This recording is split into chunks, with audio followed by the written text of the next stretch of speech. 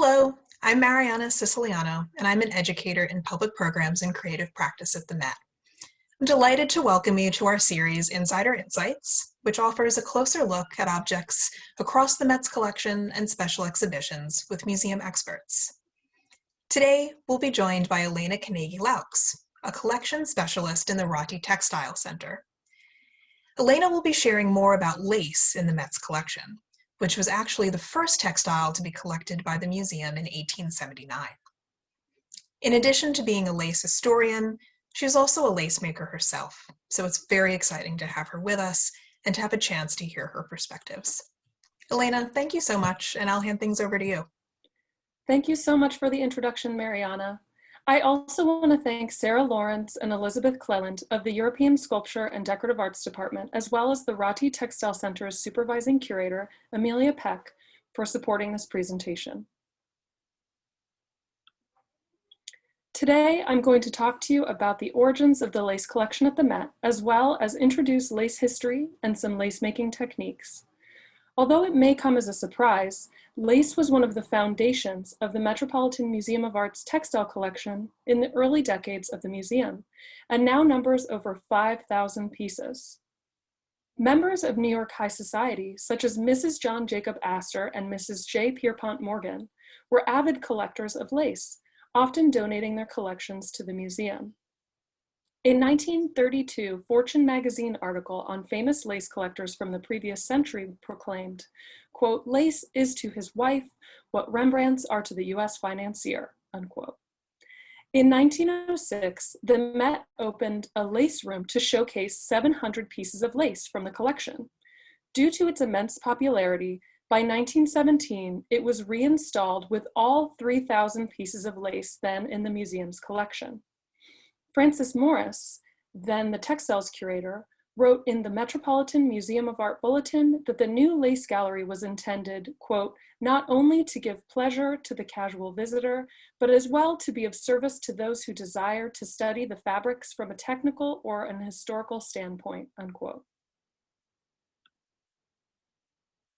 Today, the Antonio Rottie Textile Center serves as the study and storage center for the Met's collection of over 33,000 textiles from 12 curatorial departments, including the European Sculpture and Decorative Arts Department's lace collection.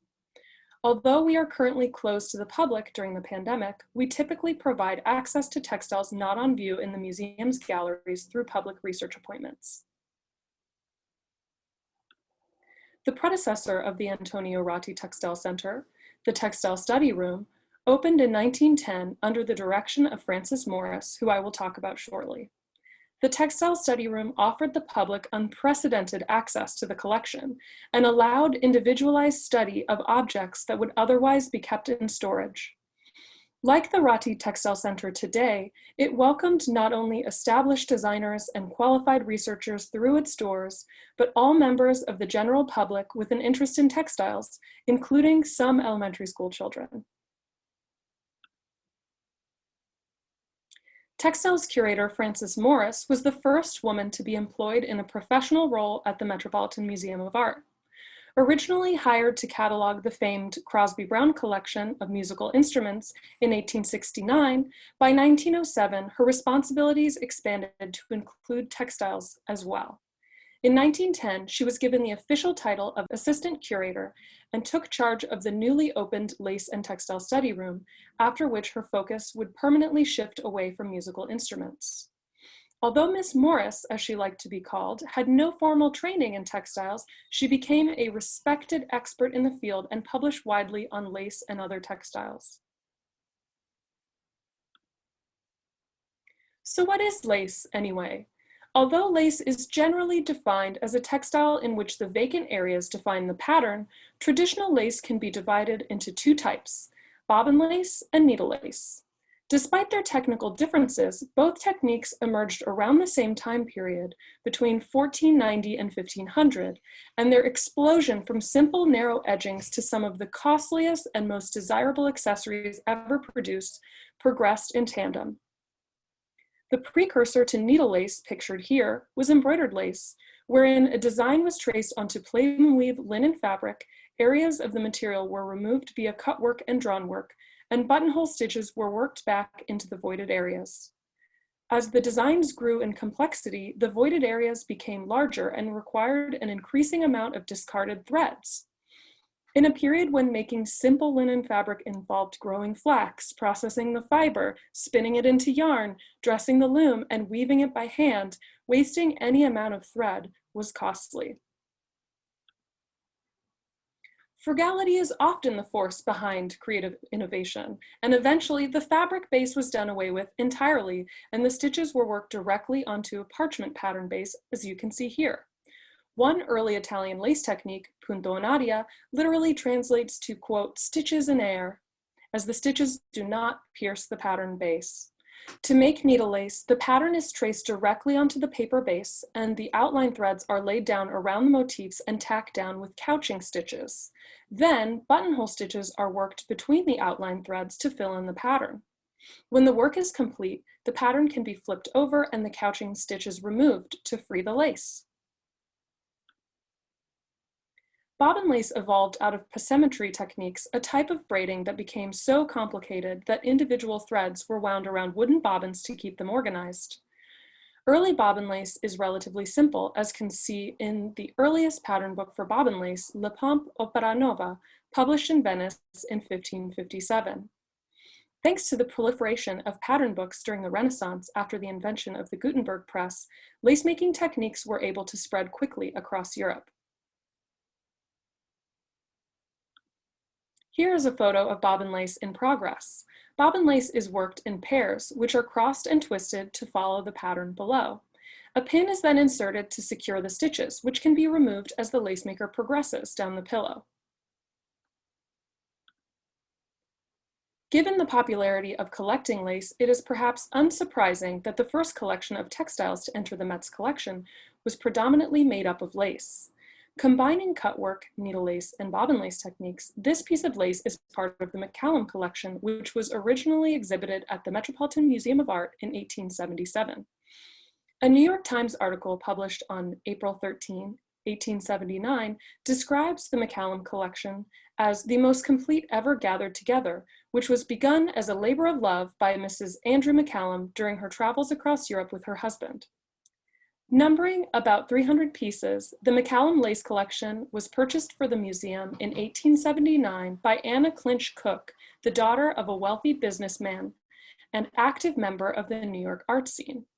In 1938, this piece of lace was included in the exhibition Early Pattern Books, Lace, Embroidery, and Woven Textiles, alongside other Renaissance laces and embroidery pattern books, such as L'Onesto Esempio by the Venetian designer Matteo Pagano from 1550, which features similar patterns.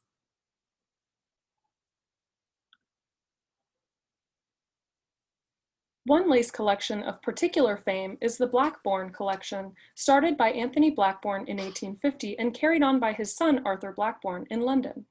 In 1909, the Metropolitan Museum purchased 600 pieces from the collection, which was widely considered to be one of the best lace collections ever assembled, for $20,000. Described in a 1909 article in the New York Times as the most important in the collection, the purchase included a panel of Venetian needle lace depicting the story of Judith and Holofernes. Measuring 5 feet in length, this Venetian needle lace panel, which probably dates to around 1600, is a masterful example of punto in aria, the aforementioned needle lace technique that evolved out of cutwork embroidery. According to former textiles curator Edith Standen, who worked at the Met in the 1960s, the Portuguese inscription across the top tells us that the piece illustrates the story of Judith and Holofernes over 13 panels. As soon as lace techniques emerged in the early 16th century, they became all the rage in fashion, particularly in the form of collars and cuffs. A variety of lace collars were in fashion during the 17th century, including this rare example of what is called a standing band. Collars such as this one were starched and worn over a supportasse or wire frame to keep them upright, like you see in the portrait on the right. This particular example includes 3 different techniques: whitework embroidery, reticella or cutwork needle lace, and punto in aria needle lace.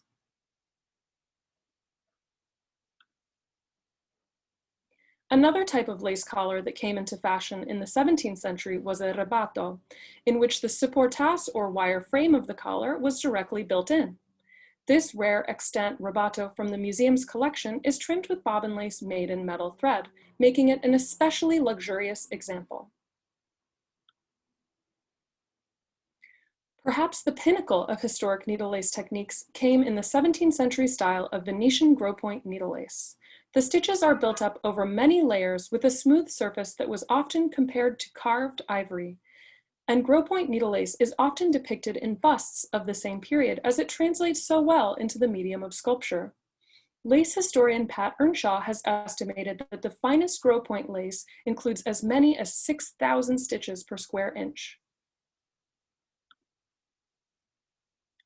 As was always the case in the lace world, as needle lace or bobbin lace developed into new styles and techniques, the other evolved in parallel to remain competitive. This Flemish bobbin lace apron border would not have been worn for practical purposes like household chores, but given the romantic motifs of couples, was likely made to be worn at a wedding. This technique differs from the earlier examples of bobbin lace because rather than worked continuously in one set of bobbins, it is worked in parts, with the figures first and the ground stitches last.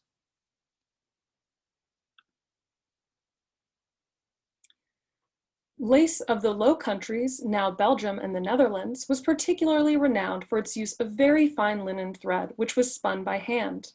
The style of collar pictured on the left is called a falling band or Van Dyck collar after the painter Anthony Van Dyck. In contrast to the earlier standing band collars, falling bands use a softer, denser type of bobbin lace in a scallop design, often called cauliflower or flower pot lace. In the 1660s, the French Minister of State under Louis XIV, Jean-Baptiste Colbert, established the country's first royal lace manufactories to compete with Flanders and Italy. They paid lace designers from Venice to relocate to France and teach local lace makers needle lace making and design. Named Point de France under royal decree, this type of needle lace is distinguished by very small motifs in ornate, symmetrical arrangements in flat stitches, without the raised outlines typical of Venetian needle lace.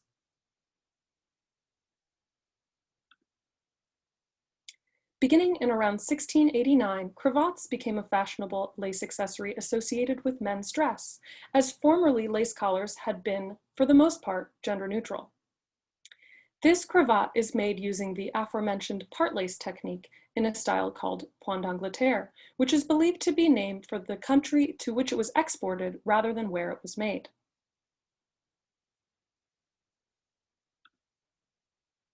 One of the finest pieces of lace in the Met's collection is this spectacular point d'Angleterre bobbin lace cravat. In 1926, it was purchased from the Devonshire Lace Shop in New York City for $3,700. An astronomical sum for a single piece of lace.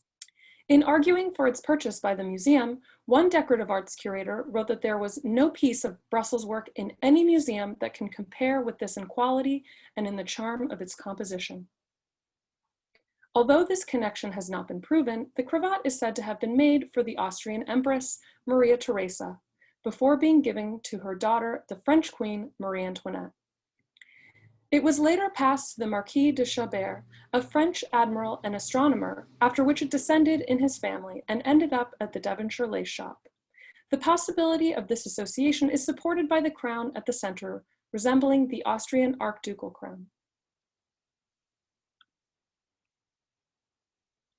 In 1924, the Needle and Bobbin Club, an elite organization of lace collectors founded in New York in 1916, donated this lace handkerchief to the Metropolitan Museum of Art.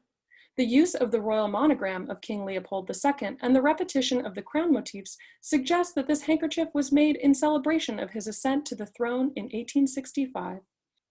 It may have been a presentation piece for his wife, Marie Henriette, who was the patroness of both the convent and the Belgian lace industry. Unlike most handkerchiefs, which have a woven fabric center, this handkerchief is made entirely in bobbin lace stitches in a spectacular example of the Ghent bobbin lace technique. This handkerchief is another rare example of 19th century lace, as the designer is actually named. It is believed to have been designed by Emma Radford, a prize-winning lace maker and designer from Devon, England. Devonshire bobbin lace, commonly known as Honiton lace, comprised of individual motifs that were later joined together. The techniques developed to craft three-dimensional effects such as those seen in this piece, sometimes called raised work, which were a specialty of Honiton lace workers.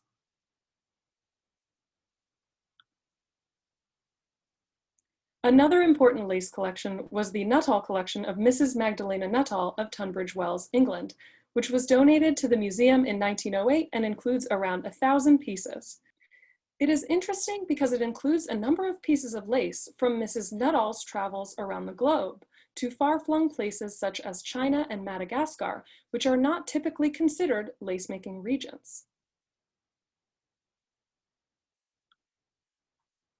By the early 19th century, lace machines such as the Lever's lace machine, which used jacquard weaving technology, permanently displaced the handmade lace industries. However, machine lace design still represented the pinnacle of technical expertise, as is the case with this Lever's lace panel made for the Paris Expo of 1900.